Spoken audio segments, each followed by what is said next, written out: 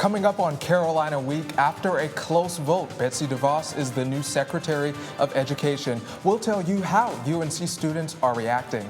All eyes are on Tobacco Road this week. We get you prepared for tomorrow's Carolina Duke Showdown. And it's not every day that you see these mesmerizing creatures on land.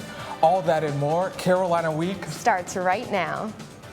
From the UNC School of Journalism and Mass Communication, covering Carolina in HD, this is Carolina Week. It took 3 weeks, but President Trump finally has an education secretary. Good afternoon, I'm Erin Wygant. And I'm Donnie Holloway.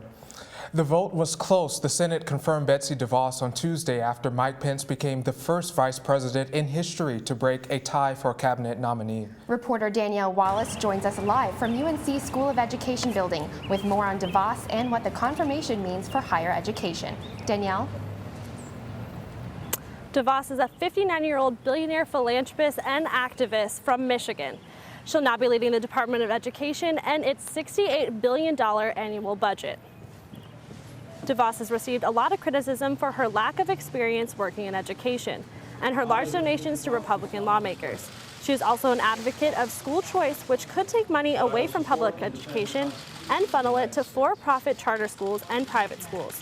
UNC education major Jordan Jenkins says she and many other education students feel DeVos could be bad news for public education. I consider her confirmation to be part of a greater movement in American society and politics where education and teachers are really underappreciated and even mocked. So what does DeVos's confirmation mean for college students? The Department of Education is responsible for providing federal financial aid to students.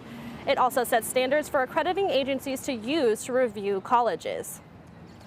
3 issues DeVos will have to handle soon are the role of for-profit colleges, college costs, and the enforcement of Title IX, which covers sex discrimination and sexual assault cases. Based on what we heard from DeVos during her confirmation hearing, she dismissed the idea of free tuition for college. She also didn't comment on a rule that requires colleges to take an active role in preventing sexual assault, and she said she'd look at a rule again that requires for-profit colleges to prove that their programs are providing students with the right skills to enter the job market. Erin? Danielle Wallace live from the School of Education. Thanks, Danielle. DeVos supporters say she's put the spotlight on the importance of school choice and giving state and local government more control over education policy. But DeVos opponents are putting a spotlight on the amount of money DeVos and her family have donated to the Republican Party. Federal Election Commission data shows sitting Republican senators have received more than $950,000 from the DeVos family since 1980. And in the past 2 election cycles, they've donated $8.3 million to Republican Party super PACs. North Carolina Republican senators got money from the DeVos family. $70,200 went to Senator Thom Tillis and $43,200 went to Senator Richard Burr's campaign. Opponents of DeVos flooded the North Carolina senators' offices with calls asking them to vote against the confirmation, but both senators ended up voting for her. After the confirmation, Senator Burr said, quote, "Betsy DeVos has dedicated her life to improving education, so I am glad she will continue to fight for all children as Secretary of Education."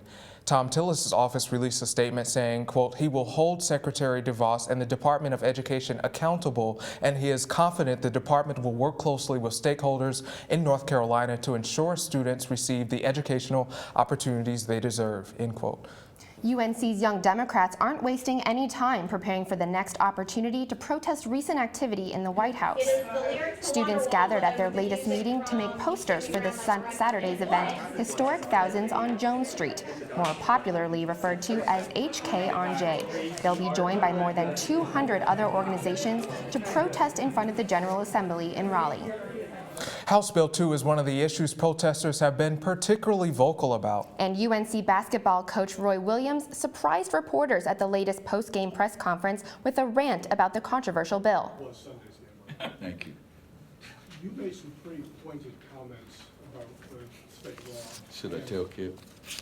Yes. I got to tell you guys. Recently elected Governor Roy Cooper has been vocal about repealing HB 2. So far, he's received pushback from Republican legislators.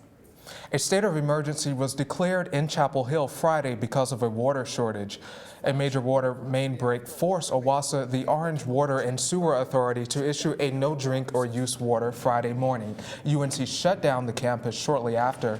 Students and residents rushed to grocery stores to buy water, only to be greeted by empty shelves. Local grocery stores acted quickly to replenish their supplies, and Harris Teeter gave out water to those in need. Restaurants serviced by OWASA were forced to close their doors, and over on campus, workers unloaded portable toilets. OWASA lifted restrictions on Sunday, but they are encouraging customers to continue using water wisely.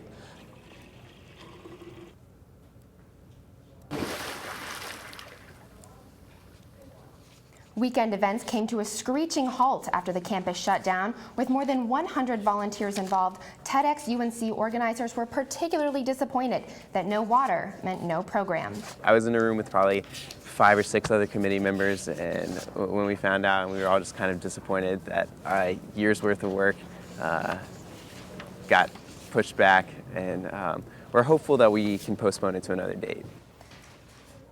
Pram says the group is considering relocating TEDx to a smaller venue, but for now he's hopeful Memorial Hall will be open to having the conference on an alternate date.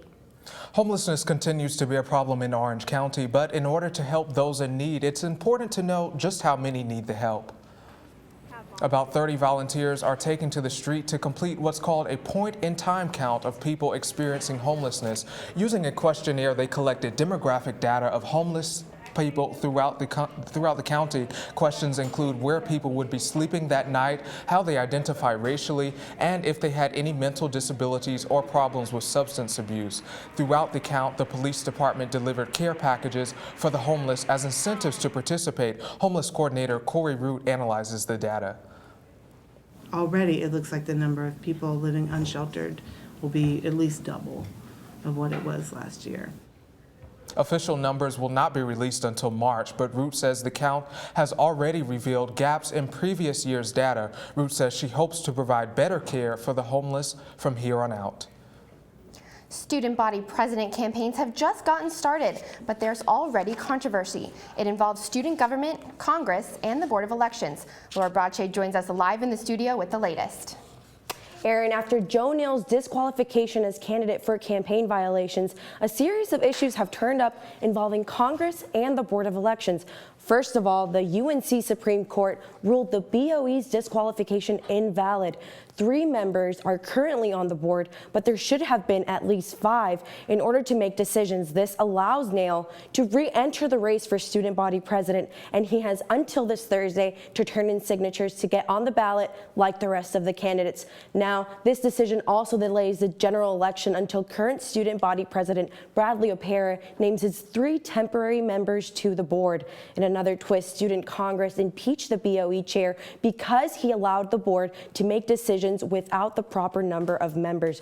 Paul Kirshner asked Student Congress to put the impeachment on hold until the Congress decides whether he is at fault for the board's missing members. We will be bringing more updates about the election as they come next week. Aaron. Laura Brache live in the studio. Thanks, Laura.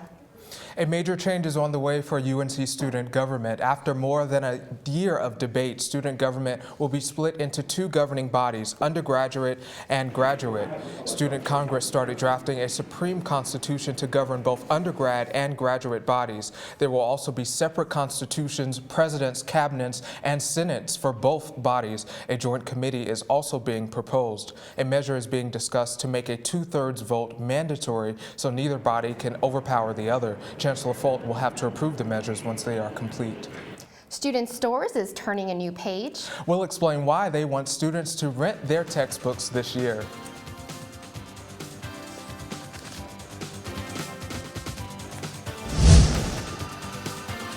Pre-diabetes. But with more exercise and a change in diet, it can be reversed. I've tried exercising. It just makes me hungry for bacon. I love bacon, too. And who really likes to exercise? Not me. Me neither. Nobody. So we're good? What? Still have pre-diabetes. Big time.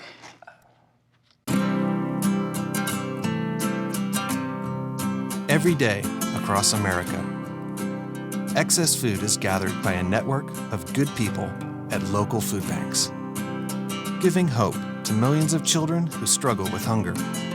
They've earned their wings, and you can too. Together, we can solve child hunger. Support Feeding America and your local food bank at feedingamerica.org. Fancy pants peanut butter? A big screen television? You haven't even bought a sofa yet. A motorcycle? When your father finds out, he's gonna flip his shoes with 2 buckles? What do you even need 2 buckles for? Mr. Big Shot, buying whiskey shots for everybody in the bar. From the looks of it, I'd say nobody even remembers. Feed the pig.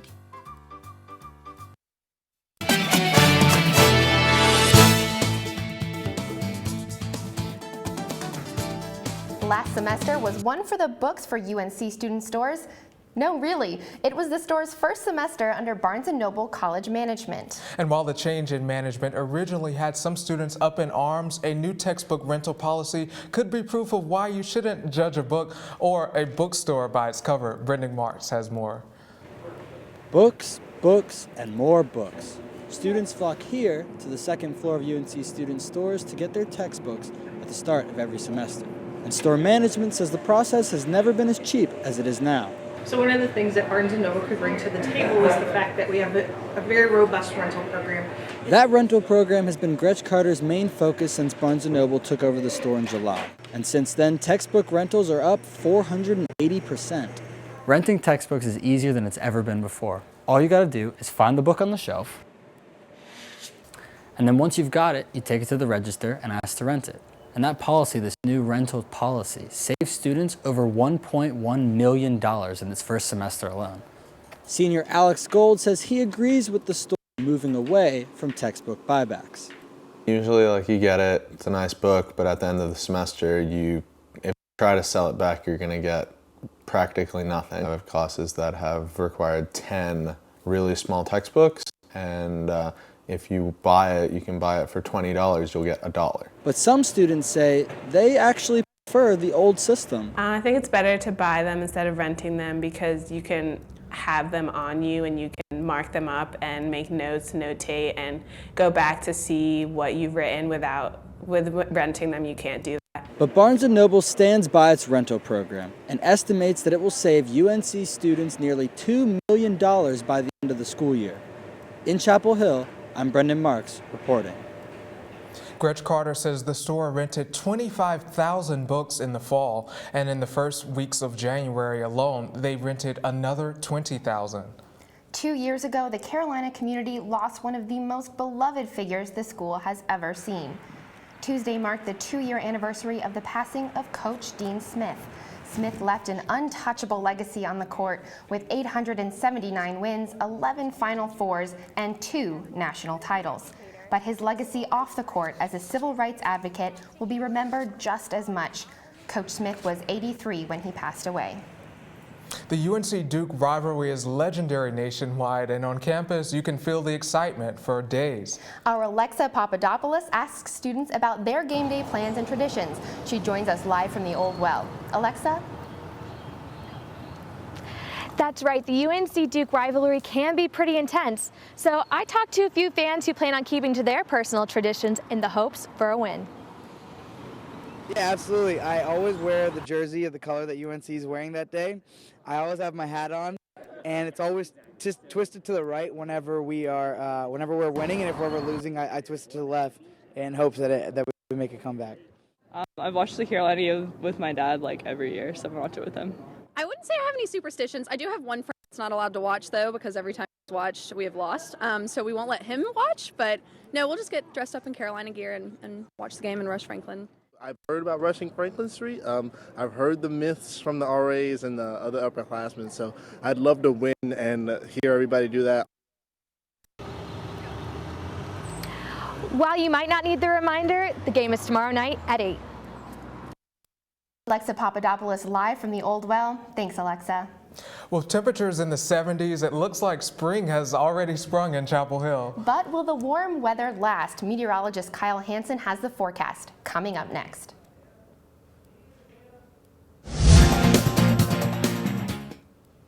You see, son, good manners are important. Should I go through it again? Yes. Yes, please. Yes, please. Exactly. Always say please, thank you, you're welcome, excuse me, sit up straight, hold doors open for ladies. If the door's locked, knock first, don't burp, don't swear, don't stare, don't use bad language, or talk with your mouth full, keep your elbows off the table.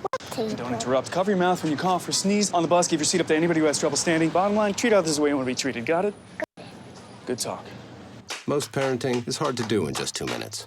But 2 minutes twice a day making sure they brush is easier, and it could help save them from a lifetime of tooth pain.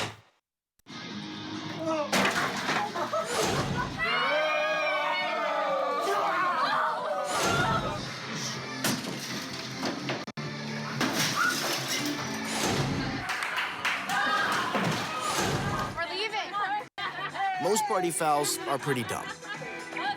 But if you decide to drink and drive underage, you could lose your license and your freedom. Underage drinking and driving. The ultimate party foul.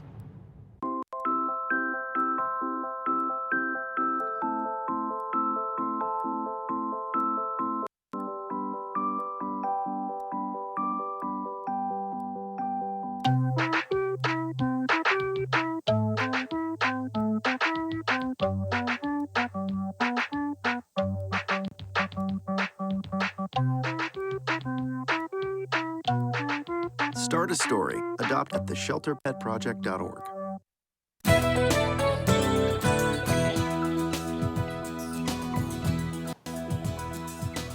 Hi, I'm meteorologist Kyle Hansen. After a warm day today in the mid-70s, we're still hanging on to 71 degrees here in Chapel Hill, but I don't expect that to continue over the next couple days. If you're looking at the satellite and radar right now, notice we have some clouds off to our west, and they are going to be building throughout the rest of the evening, and there is some showers and thunderstorms associated with those. If you look at the radar, notice over here in eastern Tennessee and northern Georgia, we have some thunderstorms developing, and they're going to be moving into our area over the night tonight. So say goodbye to that sunny weather we had today, at least for the evening. If you look at the surface map for this evening, we will have some showers and thunderstorms in the area, like I said, but notice we have this cold front off the east coast of the United States, and once that pushes through, we're going to see much colder air behind that. But don't worry, don't throw the shorts out just yet. We have some warmer air behind that cold front as well coming up for your weekend. But tonight, like I said, temperatures dropping into the 60s by 8 o'clock,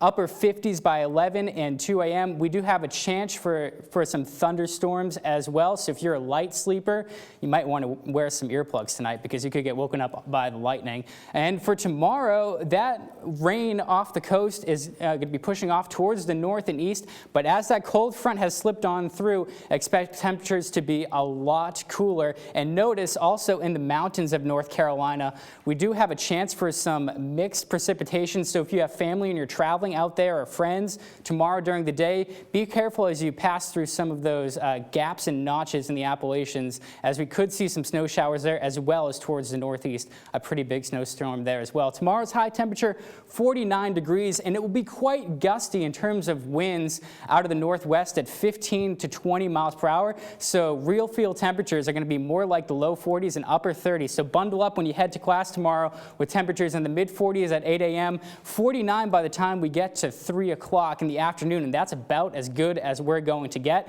And if you're going to the basketball game tomorrow night, make sure you bundle up before you get in the stadium, because by the time the game ends, we're going to see temperatures below freezing, and they're going to drop even into the lower 20s as we head later on into the evening. If you're going skiing this weekend, probably not a good weekend for that. On Saturday, temperatures in the upper 50s, and then Sunday, temperatures in the 40s, a little bit more seasonable for this time of year. And then Wrightsville Beach looks like it's going to be a lot nicer in terms of sunshine. Temperatures in the 70s, lows in the 50s. And it looks pretty similar here in Chapel Hill. Temperatures warming up into the upper 60s and lower 70s by the time we get into Sunday and Monday. So looking good. Thanks so much for that, Kyle. So I know you said it's going to rain a little bit tonight. Am I going to need my rain boots in the morning? You probably will. We'll see a lot of puddles around 8 o'clock, 10 o'clock, but if you have afternoon classes, it looks like it's going to be dry. Okay, so for Duke game, if we do rush Franklin Street, we should be okay. Yeah, just bring the hats and gloves. All right, thanks, Kyle. It's like Christmas Eve, but instead of presents, we get to hate on Duke. We have everything you need to get ready for the big game coming up next.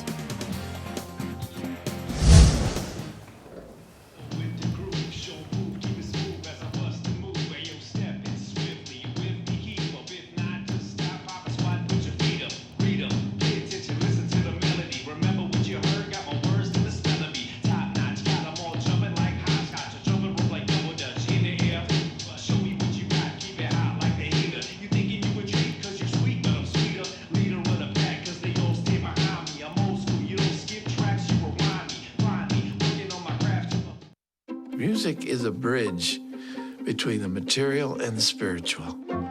As a blind person, you have to be aware that nobody can tell you what you can or can't do. You really have to try things. My wife, who was also blind, was a good cook. When she died, that's when I started Meals on Wheels.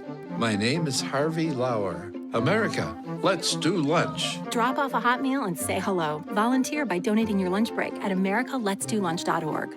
I was 0.5 credits away from completing high school, and I didn't do it.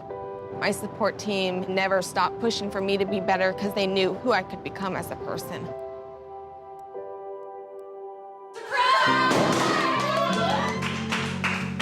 I've been given an opportunity, and I'm just thankful for it. Find free adult education classes near you at finishyourdiploma.org.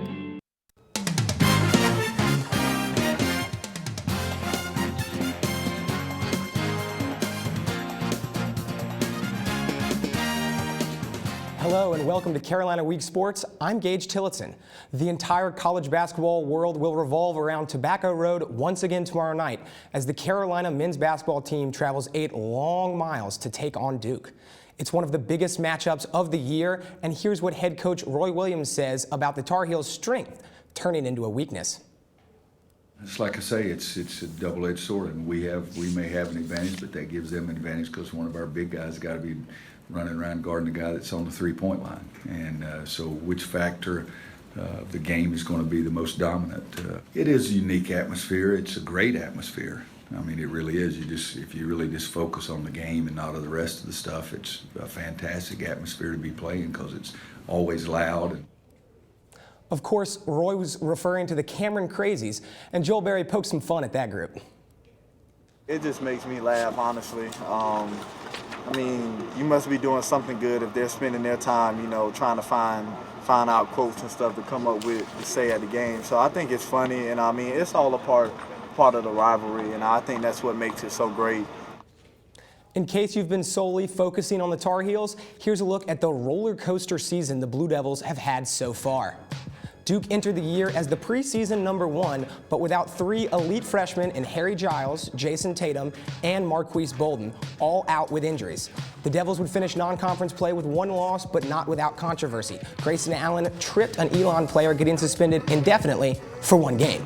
Virginia Tech rocked the Allenless Duke in the ACC opener, and then more drama. Coach K would miss a month of action following back surgery, putting assistant coach Jeff Capel in charge. Duke fell to 3-3 in ACC play after losing to NC State, and Coach K banned the players from the locker room. Krzyzewski finally returned Saturday against Pitt, and Duke beat the Panthers with its full bench of coach and players available for just the 2nd time this season. And if all that isn't enough to get you ready for tomorrow night, Michael Coe has the final piece of the puzzle. Do you think it's the best in sports? You said you don't know what else is. Please convince us. I don't think I have to convince you. I think all I have to do is say Duke Carolina and everybody knows what it means. They're fired up. We are as well. Looking forward to Carolina and Duke.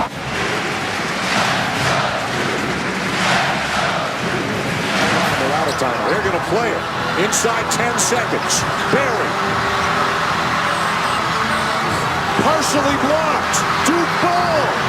And Duke is going to win the game. What an amazing win by Duke. Foul shot. Will he make a bigger impact? Rose.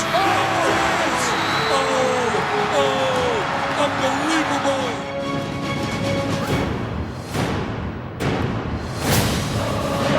Recovered Marvin, he scored. 17 seconds left. Bob Wallace on the bench. Oh, awesome. Stackhouse. Oh, my.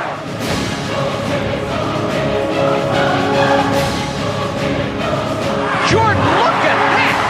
Leitner puts it up. Yes!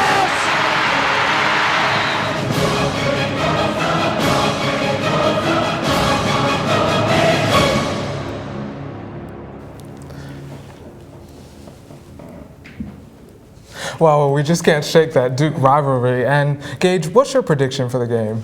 Well, I think it'll be a good one as always. I think Duke has a lot of good three-point shooters, but if UNC stays tenacious down low and gets the boards like we know they can, I think they're going to win. So I've got UNC taking this one 77-72. Well, we'll see. Thanks, Gage.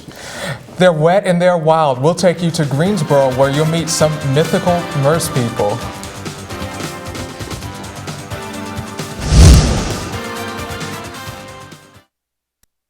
I see you mobbing over her. Let's go. Let's mob.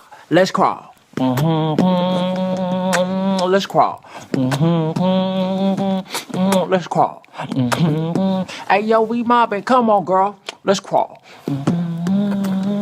Hey, yo, let's crawl. Hey, yo, let's crawl. Hey, let's crawl. Hey, yo, let's crawl. The color in my garden keeps the pink in my cheeks. I was very independent and thought I could take care of myself. I fell and I had to have Meals on Wheels. They're my savior. My name is Lola Silvestri. America, let's do lunch. Drop off a hot meal and say hello. Volunteer by donating your lunch break at americaletsdolunch.org. Open up your books to page 360. Did you just look at your phone while you was in class? You played yourself. Talking about inspirational quotes. You gotta believe in yourself. Don't ever play yourself. The key is to make it, so make it. Louise, can you give me an example of an inspirational quote? Don't play yourself. The key is to make it. And who said that? I did. Now that's a major key alert. Learn the real major keys to getting to college at getschool.com.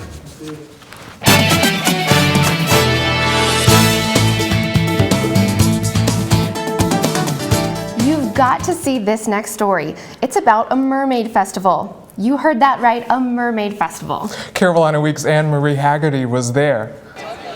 When you think of mermaids, you may think of this. Look at this stuff, isn't it neat? Wouldn't you think my collection's complete? But the Mermania Festival in Greensboro is much more than just Ariel. 450 people, let's call them merfolk, from around the world gathered in the Triad to attend the annual festival at the Greensboro Aquatic Center. Laura Feckin, one of them. She's known as Mermaid Lorelei and traveled from Oklahoma to be here. I am here today mostly because this is the only mermaid convention currently running. But that's not the only reason. 6 years ago, Feckin was diagnosed with 3 chronic illnesses, including a precancerous throat condition. I ended up having to drop out of college because I was missing so many classes. And I was at the hospital more than I was at college. She battled the sickness for 6 years, trying to figure out how she could recover. And so the process of healing, the only thing that I could do that didn't really hurt was swim. Then Feckin saw mermaids on YouTube and decided I was going to be a mermaid. And eventually I got strong enough. I made myself a tail and started mermaiding. And she's got company. Plenty of mermen as well as mermaids swam and dove all day at Mermania. Age was no barrier either. People from age 6 to 60 lined the pool's edge. For Feckin, mermaiding helped her get healthy, embrace herself, and feel beautiful. Changing my shape and seeing myself so differently has made me be able to be confident in my body. I can enjoy the person that I am at the moment. And at the moment, she's the happiest, healthiest little mermaid under the sea. In Greensboro, Anne Marie Haggerty reporting. Growing up, The Little Mermaid was one of my all-time favorite Disney movies, so it's really cool to see it kind of brought to life there. I know, exactly, and looking at those images is great that, it helps people to embrace their body images. Great work there from our Anna Marie Haggerty. So that does it for this edition of Carolina Week. Thanks for watching and have a good night.